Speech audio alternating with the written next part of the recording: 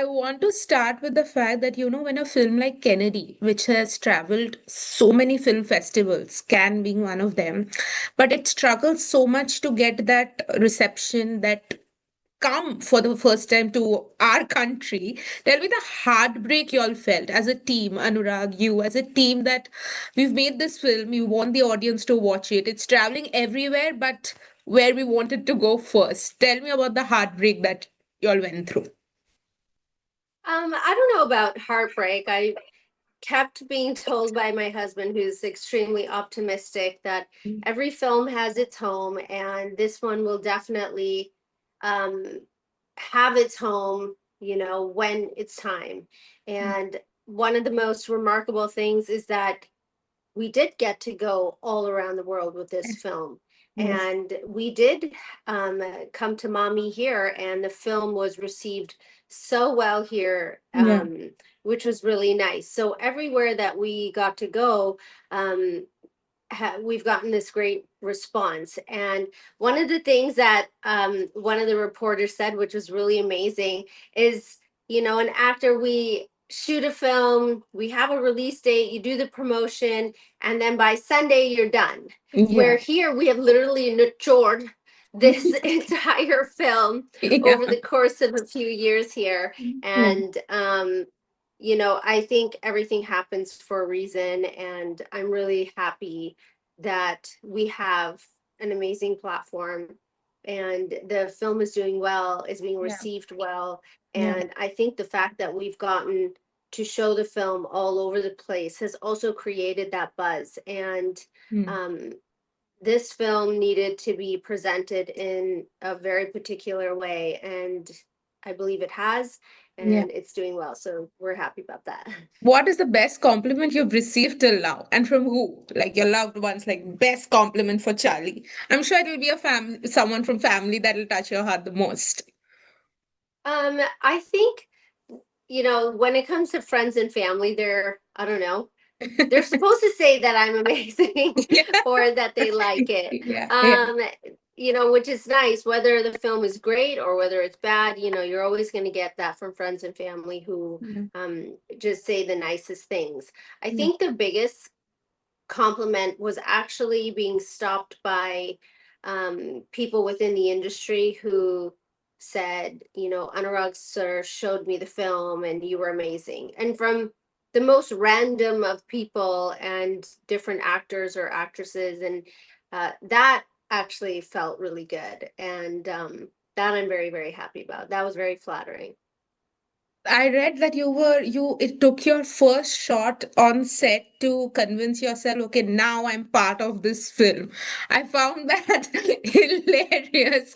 But why would you think that way? Why would you have like, okay, I can't believe this? Because you've done, your filmography shows range. It's not stuck in one place. So why won't something as different as Anurag Kashyap's world come to you? Why do you have that I little think because this I thing? hold him on I think it's because I hold him on such a high pedestal. Mm. And I know within the industry, there are, either certain politics or certain things that happen, and Yeah. those things can happen very last minute. Mm. And, I've heard so many different stories of how different actors or actresses had worked so hard, and then all of a sudden they're not a part of a film Yeah. anymore. Yeah. And I think for me, because again, I hold him on such a high pedestal, and I was so happy and I felt so proud Mm. that I guess it all comes down to not taking it for granted and being grateful and thankful that, something this amazing can happen. And at the time we had no idea that it would be accepted, um, Right. as an official selection for the Cannes Film Yes. Festival. Mm. But for me, I was just so happy that he had made the phone call and he asked me to be a part of it. So in my head, I was always like, okay, it's happening. I mean, but anything could happen. Yeah. Anything could change, it Yeah. could change within seconds. Seconds. And, True. just don't get so excited, because for me, I think there's certain projects or certain things that, maybe all actors or people in entertainment go through this, where Yes. you get so excited about being a part of a film or being a part of a project, and then Yeah. things don't go your way, or there's internal issues, and Yeah. you get so disappointed because in your mind you had built up this character or this film or that project, or whatever it was in your mind, and then it doesn't happen and you get disappointed. So I'd have to just tell myself, all right, calm down and Yeah. let's just get to set. When you get to set, I mean, after the first shot, you want to feel like they can't change anything anymore. Yeah. And that Yeah. I'm here, Charlie's here, and I did give it my all for sure. Yeah. Tell me about your, how were your conversations like? How is he? How is Anurag sir when he's explaining your role or he's narrating it or he's sharing his vision? Is it smooth? Is there a lot of to and fro? Is it a little bumpy? How is it with him? Because his style is very different. It's very unique. Well, first of all, he is a big teddy bear, and and such a delight to be around. He told me different stories, or he gave different people as reference points, or he would give me stories of things that have happened in the past with different people. He definitely wanted this laugh that Charlie has, Yes. and which was really great. We did workshops, and we Mhm. did some dialogue coaching, and so he was there, he was present, and I think that's amazing. And when we're finally on set and I'm on set, it's just easy. He makes it easy for you. And we had done so much prep that getting on set and actually shooting was probably, the easier things because we would spend so much time. And with the laugh, I had, Yeah. laughed Quite everywhere. something. It Yeah. was crazy laugh for Yeah. weeks, Yeah. and everybody around me thought it was crazy.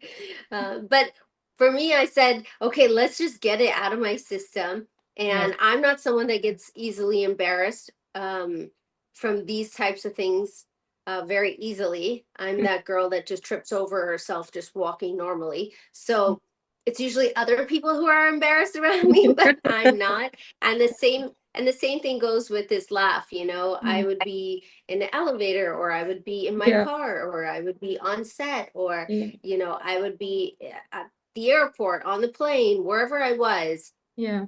wherever I could fit in this laugh. If I Yeah. was talking to somebody, I would Yeah. just I would just do it, just so that when I got on set, if that Yeah. that was the one thing he really, really wanted. The rest, I think he could probably coach me through if there was an Yeah. issue. Yeah. But for this, to get it out of your system and make it natural, yeah, everyone around me thought I was nuts, but it's okay. I'm okay with that.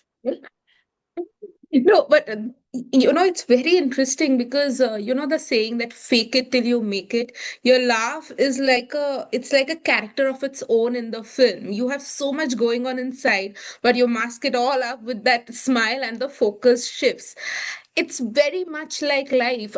How close, how emotionally taxing was that? Well, I think a lot of us go through moments like this Yeah, where, of course. Yeah. especially when you work in front of a camera and Mm, you work in entertainment, especially, mm, or maybe you work in a very high profile, mm, job where you have to show up and everything has to be like on point. mm, Um, we all go through this feeling where, you know, we could have the worst day ever, and I don't know, something crazy might happen, and yet we still have to put a smile on our face and act like everything's okay, mm, and move on. I remember one of those experiences very vividly where someone from my team, this was a while ago, a long time ago actually, mm. someone from my team had passed away, Oh my God. and we had found out the day before, and I had to get on set and go shoot a song and smile and sing Yeah. those words. Yeah. And it was a full crazy dance number. And we were shooting in London. And right before we were in Greece, and then we went to London to go shoot the song. And halfway through the day, I got a conversation saying that you need to get your shit together, Sunny.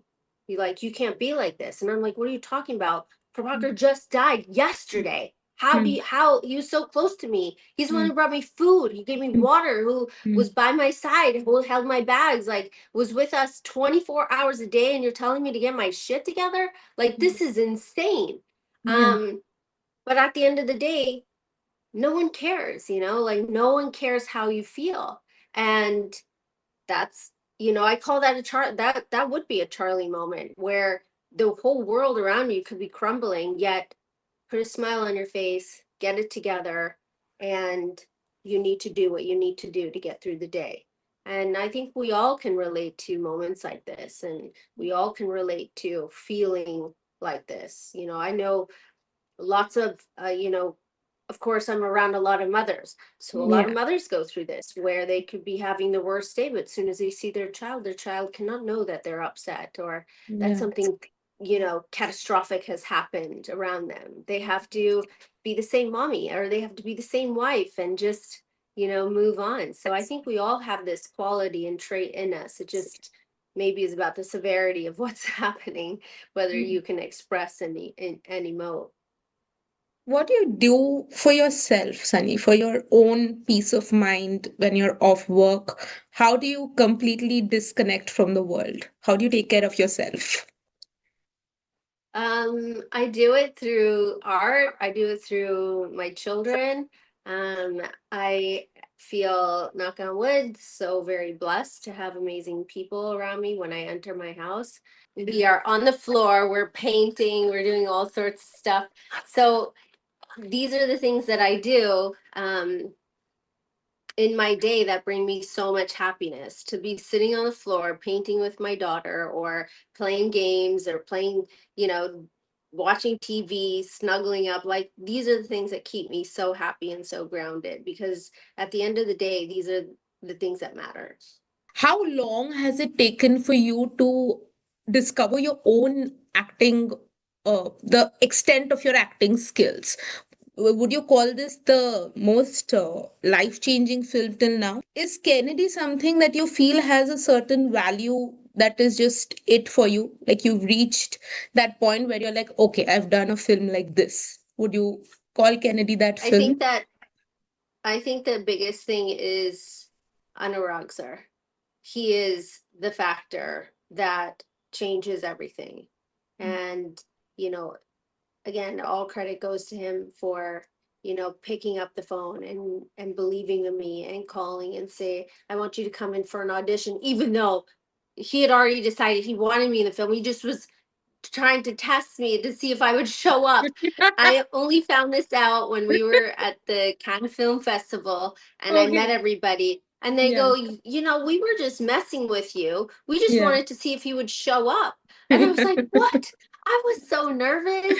Uh, And I had practiced those lines over and over again to make sure, like, I would get it correct. And you yeah. just wanted to know if I'd show up. Yeah. So, it's like this inside joke amongst everybody, but um Is I'm he I'm like a happy that taskmaster on set? Is he like no, very strict? no, not at No. all. No. I think like everybody has a perception of him, because I hear these things a lot.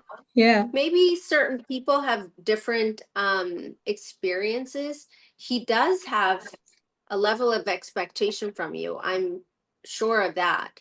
But that's what the prep work is for. And that's what those workshops are for. And that's what all those other conversations were for. And we had many like personal conversations as well, where we related on a level that, I don't think I've shared certain information that I shared with him with anyone, so it was very personal, when we were working together. We Yeah. found a lot of different similarities with certain things that have happened within our own lives. So I think in that way we got to know each other, pretty well. And I respect the how he does things. When going to set, he's not this crazy taskmaster. I think he's expecting you to have everything together, and know what you need to do, Yeah. which is every director and every producer out there. Correct. Yeah. Um, but he gives you that time, which maybe some people don't. And I think that's what's most defining is that prep time and coaching you through all those different things before you even get to set. But are you selective? Like, do you have some non-negotiables when you're approached for a film and how it appeals to you? Do you have certain do's and don'ts? Not really. I think it just depends on the context of the script. So there are certain things you wouldn't do, but yet you would do in a If the different script genre. demands. So Okay.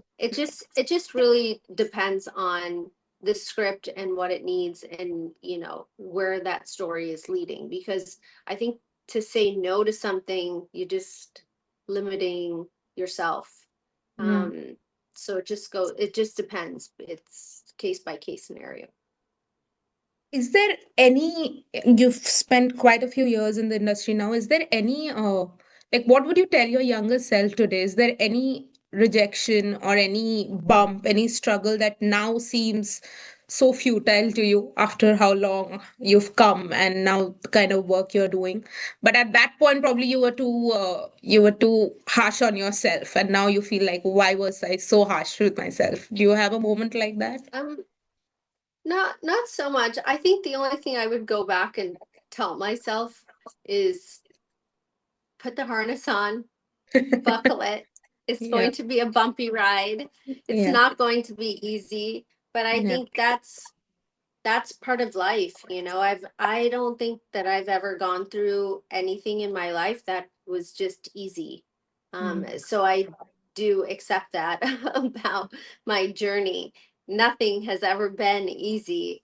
Yeah, I had to really work for it, yeah, and I had to fight, claw, tooth and nail, push yeah, my way. yeah, And if a door closed, try to open up another one. And that's what I've done. And that's what, my partner Daniel and we've done over so many years of being here is yeah, if one door is closed, I will find that open door and I'll open it yeah, and we'll open it together. yeah. So I think the only thing I would go back and say is just buckle up. It's going to be a bumpy ride, but there is a rainbow at the end of this story. Yeah. Yeah, it's very sweet how you keep telling how your family has kept you anchored, your husband, your children, they are your world, and at the end of the day, it's coming back to them and feeling that peace around. How do you? I'm sure as a mother and that too a public figure, you must be always worrying about your children that they'll come to social media soon and then people will know, oh, they are Sunny Leone's kids, and then they'll start attacking them as every celebrity, every star kids go through. How do you plan to deal with that fear, or do you not worry about it much? It'll they'll learn to deal with the whole social media world that no one can escape today. I think one of the things that we talk about, because my kids don't have access to social media, but they'll look at a reel. Like we'll watch like animal reels together, or like I don't know, some of these funny reels together, or art reels I send Nisha, Yeah, um, or cool things that we want to do. So they'll see that on somebody else's phone, yeah, because they don't have phones yet. yeah. I think that the most important thing that I could explain to my kids about social media is it's a business. Social media is a business. It's how you use it and how you use it to your advantage and not disadvantage. Um, Enjoy the good things, that are on social media. And when they get to an age where it's time for them, they feel like, okay, now it's time for me. I think I'm old enough or mature enough to have my control my own social media account, Yeah. then we'll have to have a talk then about it. They know who I am, but they don't know everything of who their mommy and daddy Okay. are, and I Okay. don't think that that's the right time right now, but there will be a time and we'll all have to have sit down and talk and have a very honest and open conversation and you Yeah. know and see what happens. Everything in their world is a product of what I've done in my life, you know. So I have to hope and pray that I've raised really nice children that Of course. they'll be okay with everything of who, you know, their mother is and everything that their father has done to, you know, raise them and you know, bring them into this world, and you know, hopefully they have a lot of love and compassion back. Of course. Okay, I'll wrap up with my last question. What is your vision right now after the success of Kennedy? What are you looking forward at? What are you hoping for? Where are you at right now in terms of projects and going forward? Well, obviously I hope for good work, and hopefully some of the things that we have going on will also be as successful as this. One of the things I completely forgot, Yeah, because it's OTT, were the reviews.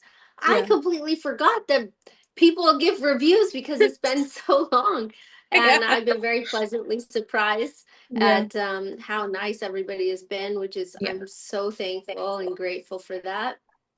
And you know, again, I hope to just to continue working and hopefully get good work. That's a goal. Of course. Okay, Sunny, thank you.